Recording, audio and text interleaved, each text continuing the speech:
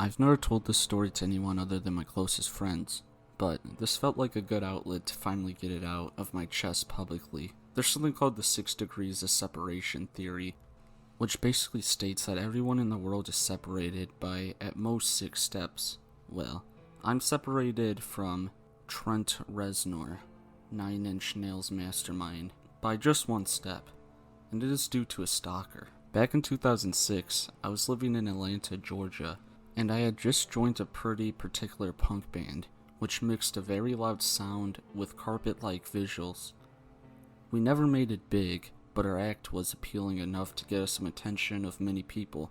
We were kind of local celebrities, but one of them was a strange girl. She was always chain-smoking and had a weird aura to herself, and who was always wearing a jacket on her shoulders, meaning her arms were not in the sleeves. And she eventually said she wanted to be our manager. She said she was friends with Slash from Guns N' Roses, that she'd had managed a couple of bands when she used to live in New Orleans and whatnot, so we decided to hear her out. Our band was sort of a crazy one, so drugs passed out freely at our parties. This girl, she told us her name was Christine something, would provide us party favors sometimes. She would tell us that she's worth $2 million, that she had 5 cars and worked in luxury buildings, and that she had a huge house somewhere in the suburbs. Thing is, she was always picking cigarette butts off from the street and smoking the filters, like she was a homeless person. Something about her just didn't click particularly with me. She would come to see us in a sort of fancy SUV, so we went along with her stories for the most part. Eventually, Chrissy fell hard for me. She told me she was divorcing her husband and wanted to be with me. I was intrigued by her, so I started testing all her stories. I asked to visit her at her office, and she would always make up excuses as why I couldn't, until eventually she told me her office had been closed down and that they were looking for new space. I asked her why she keeps using the same car even though she has 5, and again, excuses and more excuses. I asked to visit her at her huge house, and the same thing. She would come up with weird reasons on why I couldn't visit, mostly that her husband is still there and whatnot. I started to get sick of all her excuses and eventually confronted her that I thought she was being a big fat liar. She got so desperate, started to make up more excuses, and I just told her to get lost. She had a previous fight with some of my bandmates before. We weren't going to have her as a manager or anything. A day after I dropped her, the calling started. She started calling me every day asking to see me. I would constantly tell her no, until one day she showed up at my house around 5 a.m., apparently wasted. She said she'd picked up this guy friend of hers to go to a party, but that he was too drunk, and that he was now passed out in her car, and she didn't know what to do with him. I looked across the street and saw no one in her car, and she said it was because the guy was laying down. I didn't really feel like bothering and going to check the car out. She eventually started crying, and I felt bad enough for her that I let her come inside to my living room. It was at this point she took off her jacket, and for the first time ever, I realized she was missing her entire left arm. I was already weirded out by her showing up at my house drunk and all, so I didn't dare asking what happened to that time. I know this has nothing to do with the story, but it's just something that just added to the already weirded out atmosphere. I hung out with her for a while. At this point, I started doubting that she was actually drunk. I gave her coffee. I told her to please never show up to my house like that again, and eventually told her to drop the guy off at a Waffle House, and then just to go home. It might not have been the most responsible thing to tell someone in that state to drive, but I just wanted the whole thing to be over. And like I said, I felt that she was just acting drunk the whole time, and she seemed okay enough to drive. She eventually left, and that was that for the night. Next day, again, she started stalking me by phone, to the point I just stopped picking up. I worked early hours, and she would call me at 2 or 3 a.m., completely drunk. I eventually got sick of it all, and told her to stay away from me, and to never call me again. She complied, and for about a week, it seemed like the whole thing was history. Around 6 days later, she calls me again, when I was at work. I started telling her that she wasn't supposed to call me, but she said she could finally invite me to her house. and that she wanted me to come visit her. All sorts of red flags went up for me, so of course I tell her to forget about it and just hung up on her. She again started calling me at late hours, to the point I had to turn off my phone at night. Otherwise, I would never get a good night's sleep. I finally remember it was a Friday. After waking up, I had a voicemail on my phone, left at around 2 a.m. I checked it out, and it was her saying, "Hi Max, I just took 200 pills, and I've been drinking all night. I just wanted to say goodbye, and that I love you. Good luck with the rest of your life." Needless to say, I got totally weirded out. I was so sick of her lies, I just deleted the message, completely assuming it to be one of her ploys to get me to call her. I decided to forget about it and went to work. Next Tuesday, I get another voicemail from her phone, but this time it's a guy's voice. "Hi Max, it's Christy's husband. I'm calling her friends in her contact list to let them know she passed away last Friday, and we're doing a memorial for her in downtown Atlanta tomorrow. If you want to go, please call me back so I can give you the address." I can't even explain how I felt at that point. I was shocked, and I tried to invade the news by thinking that this was some guy that Chrissy manipulated into calling me just to get me somewhere at some time. But of course, the whole situation didn't make much sense to me. The guy eventually called another of my bandmates, whose name was in Christie's contact list as well. I told my band about this entire situation, so my bandmate, who had been suspicious of the girl for a while, started prying the guy for more info. We eventually learned that she used a fake name with us the whole time, and she'd been using a made-up name because she had been in trouble with the law. We googled her, and sure enough, it turns out she had stalked Trent Reznor in the past and even managed to steal his credit card information. She even was arrested for it. I was stunned at this point, unsure of what to do next. We never made it to the memorial. We were way too suspicious to do it. To this day, I still don't know if the girl committed suicide for real, or if the whole thing was just a sham to get me into some trouble. But since I never heard from her again, I doubt it. Or maybe she's been using a fake name ever since, and decided to move on with her life. I'll never know, but it's definitely the worst way to get one degree of separation with someone famous. I got rid of my cell phone after that, and it took me 3 years until I felt okay to get a new one. I never wanted to go through something like that ever again.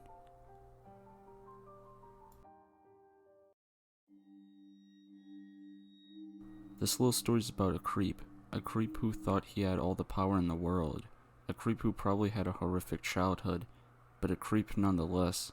Anyway, I befriended this creep online back in 2011, Facebook of course. We had mutual friends I trusted, so I assumed he was a cool guy. Well, that's a terrible assumption to make whether they're mutual friends or not, but I was a naive 18-year-old girl. His name was Danny. I thought he was a cool guy at first. He had an awesome taste in music and shared a lot of great songs with me. He was also incredibly, inappropriately hilarious. He was full of jokes and bizarre stories. I soon grew to love talking to him. He never asked if I had a boyfriend. I assumed he knew that I did.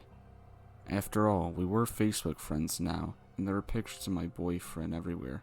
And it's not like I kept my relationship status hidden. It was right there for all to see, but I guess he didn't know. One day in October, he decided to tell me how much he felt about me. He recited a poem he'd written, comparing me to a beautifully and elegantly handcrafted tapestry.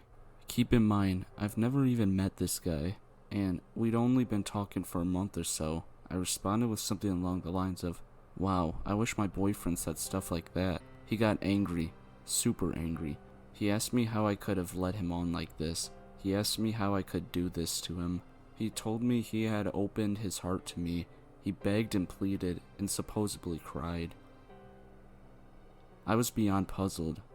I decided to give him some space, and it worked for a few days, but he eventually messaged me again. He may have apologized, but I honestly can't remember that exact conversation. I do know that things returned to normal. He became silly and fun again. At this point, I had his Skype, and he had mine. I would talk to him there sometimes, but I'd never use the camera. I didn't feel comfortable with it. Actually, I hated using the camera with anyone. I told him that when he started to beg me to use it, but he didn't relent. Still, I kept making excuses. Danny wasn't having it. Then he got even more aggressive, and then started getting weird. He randomly told me to Skype with him naked. Time after time I told him no. Eventually, I blocked him on Skype, but ended up receiving dozens of angry messages on AIM. I don't exactly remember what he said, though I do have screenshots of the chat on a hard drive somewhere. I remember it being hateful and absolutely insane, and there was some stuff about me being a really awful friend as well. Before long, he told me he was a very excellent hacker. He told me he had a whole slew of hacker friends as well. He told me he could change my college grades and make me fail. He told me he would make my life a living hell. I didn't necessarily believe it all, but I did believe he would do something. Despite these negative confrontations, we still had periods of silliness. During these periods, things were normal. I felt safe, well, to an extent. I tried to keep him happy. I wanted to stay on his good side, because I did believe he would attempt to tarnish my reputation otherwise. Before long, he started giving me ultimatums. Either you get on Skype with me, or things will get very bad for you. I can tell your boyfriend you're cheating on him. I eventually asked our mutual friends about him. They said he was violent, dangerous, and twisted. Even better, he lived mere minutes away from the college I attended in Reading, Pennsylvania. Every day, I started to get more panicked about going to school. While on campus, I'd look around for guys that looked like him, guys with long red hair and beards, and I'd be wary of anyone who even slightly resembled him. At this point, I was honestly convinced he'd just show up and try to find me. I blocked him on AIM, and I made a new Skype. I knew this would infuriate him, and it did. I received another batch of messages on Facebook about how I needed to learn to treat people better. I told him I was uncomfortable with what he was asking of me. He responded with something along the lines of, "Fine, you choose in your fate." I blocked him on Facebook. I'd had enough of him terrorizing me, but I should have known it wouldn't be the last time I'd hear from him. At the end of November, I received 3 Facebook messages from someone named Adam, whoever he was. He just joined Facebook a couple weeks ago, and he had no friends or content. The message read, November 27th, 2007. You've been warned repeatedly, and you are now being served notice. November 29, 2011. I believe this is your last warning, and then you have been informed of your behavioral issues. The situation will change before the start of next weekend, or action will be taken. November 30, 2011. So you attend college, right? And your grades are passing? Not for long. You are warned on how to treat him and how you are to act. You've got until this week's end to correct this behavior, or your life becomes a very difficult thing. You should never treat someone who has a life like his the way you do. To this day, I'm not sure who Adam was. It could have been Danny, or it could have been one of his low-life hacker friends. Either way, I was terrified at the time. Against my better judgment, I unblocked Danny on Facebook. By now, my boyfriend was aware of the situation. He suggested that I contact police if things got any worse. Maybe I should have, but Danny hadn't officially done anything to me. So, what could they do? Still, I took screenshots of all his screen names. I saved our chat logs in AIM. I took screenshots of all his threatening messages. I saved it all to a folder, just in case I needed evidence. Danny's nonsense continued right through Christmas. Some days, he'd be sweet and funny. Others, he was back to being angry and pressuring.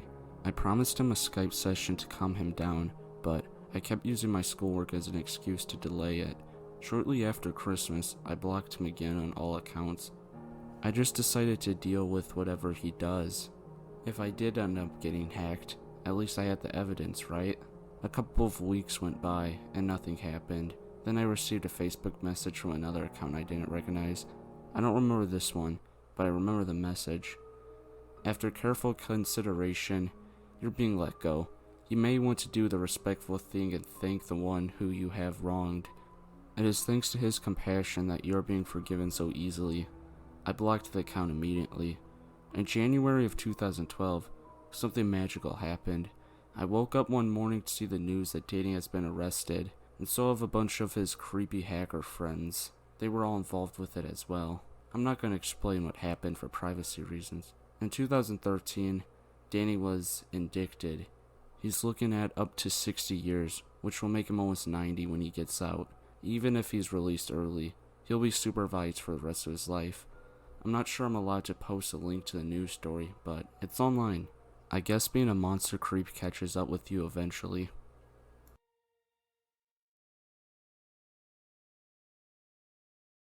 When I was in college, almost a couple of decades ago, I got really sick, and I went to the school's health clinic. I was super out of it, and they sent me to the emergency room. After a bit of time passed, it could have been even just a week, I don't remember how long, I was in the cafeteria with my husband. This guy approached us and introduced himself to me, telling me that he was the person who gave me his seat at the clinic. I didn't recognize him at all, but okay, fine. A thank you was in order. He said I was pretty messed up that day and asked how I was doing now. After that, he kept going over to me all over the campus, and each time he would remind me that he was the guy who gave me his seat. One day, I received a message on a social media type site that no one today has heard of. I didn't have identifying info on the site, but I'm sure I had pics of me. The message was from the guy who had given me a seat. He wanted to chat with me on AIM. I have no clue how he found me on that site, because it was a very small site. We talked on AIM, and it turned out he knew a lot about me, and he'd been following me for some time. 2 years before he gave me a seat at the clinic, he told his friends he was going to date me. Yes, 2 years beforehand. He'd admitted to this for some reason. He was in a serious relationship, so I have no clue why he was talking to me. Fast forward several years, and he found me on Facebook and added me. I didn't accept the request, so he then friended my friends on there, and whenever I commented on one of their posts, he would comment too. I ended up blocking him. It has been several years since, and luckily I haven't heard of him since, and I hope I don't.